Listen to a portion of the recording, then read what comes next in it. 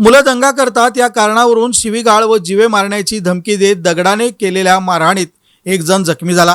या प्रकरणी शहापूर पोलिसात बापू केराप्पा कांबळे व 31 राहणार खोतवाडी, संदीप ओगले व शफीक शेख या तिघांवर गुन्हा दाखल करण्यात आला आहे। या प्रकरणी सिमरन मुस्तफा दलमोडे वय 26 राहणार खोतवाडी यांनी फिर्याद दिली आहे। याबाबत पोलिसातून मिळालेली माहिती अशी, सिमरन दलमोडे या खोतवाडीतील अष्टविनायक नगर येथे भाड्याच्या घरात राहण्यास आहेत।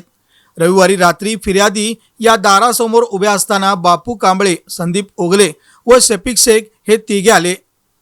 त्यांनी दलमोडे यांना पहाटेपासून तुमची मुलं दंगा करत असतात असे म्हणत शिवीगाळ करत दगडाने डोक्यात मारले।